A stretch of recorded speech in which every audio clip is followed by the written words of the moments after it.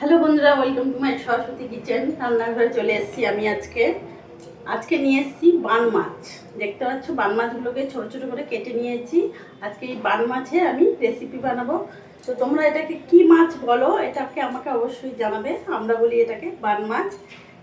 এখানে আমি গ্যাস ধরিয়ে কড়াই বসিয়ে দিয়েছি, কড়াইটা যাতে গরম হোক তাড়াতাড়ি। সর্ষের তেল দিয়ে দেবো। মাছ রান্নাটা আমি পুরো সর্ষের তেলেই করব।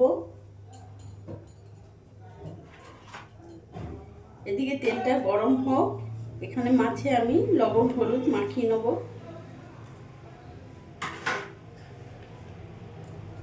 এই যে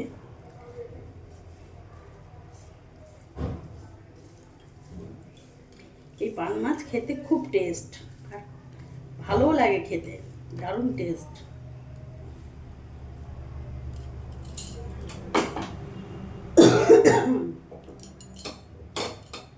চারিদিকে ছড়িয়ে দিই।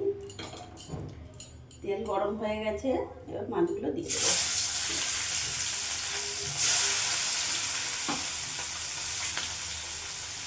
আজকে মাছে কোনো রকম আলু টালু দেবো না, আলু ছাড়াই রান্না করব। আলু ছাড়াই খেতে বেশি ভালো লাগে মাছে।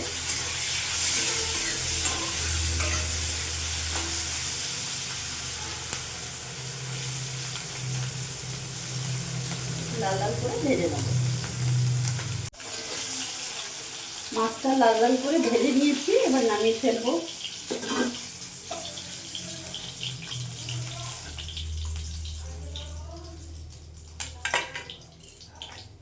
ওই তেলের মধ্যেই আমি এখানে তেজপাতা, গোটা জিরে, গোটা গরম মশলা, শুকনো লঙ্কা ফোড়নে দিয়ে দিলাম।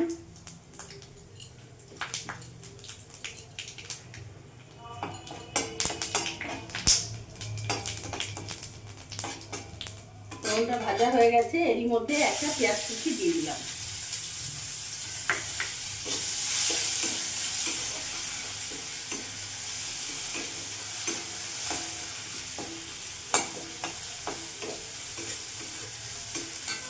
এরই মধ্যে টমেটোটাও দিয়ে দেবো।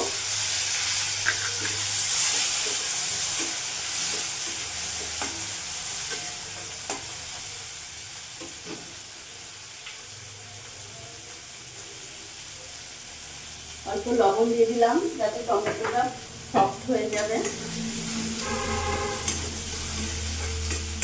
একটু ভাজা ভাজা করে নেব।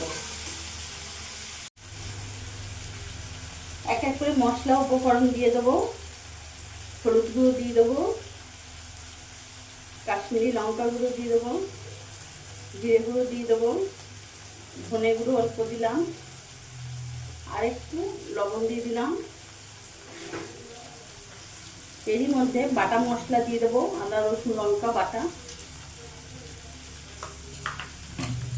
সামান্য একটু জল অ্যাড করে দেবো যাতে মশলাটা লেগে না যায়, ভালোভাবে যেন কষা হয়। এবার মিডিয়াম আঁচে ভালো করে মশলাটা আমি কষিয়ে নেব।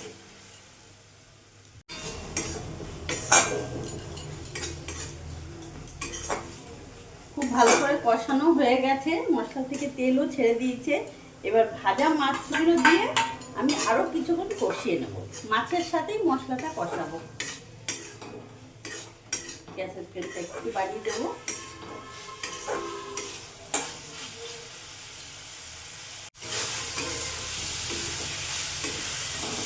এই মাছটা এতটাই টেস্ট হয়, বান মাছটা একবার খেলে মনে হবে যে আমি আর একবার খাই।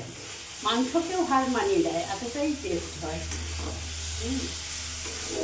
পুরো মাংসের মতোই রান্না করতে হয়, আলু না দিলে আরও টেস্টটা লাগে, ভালো লাগে খেতে।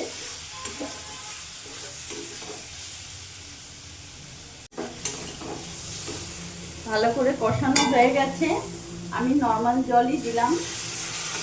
তোমরা চাইলে জলটা একটু গরম করেও দিতে পারবে।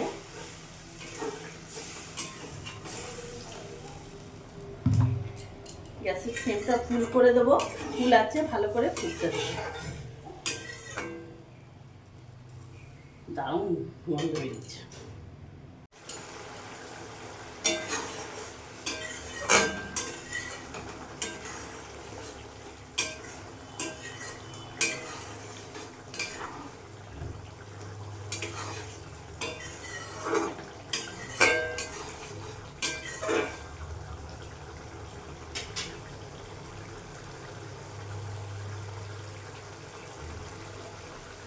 রংটাও এসছে পুরো মাংসর মতো।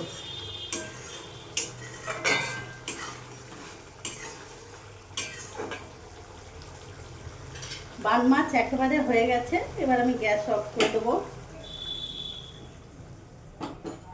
আমি ফেলবো।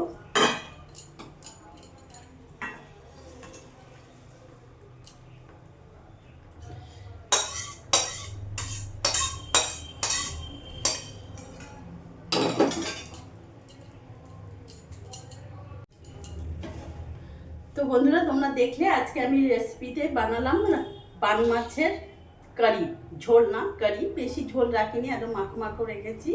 এটা বেশি টেস্ট হয়, খেতেও খুব ভালো লাগে।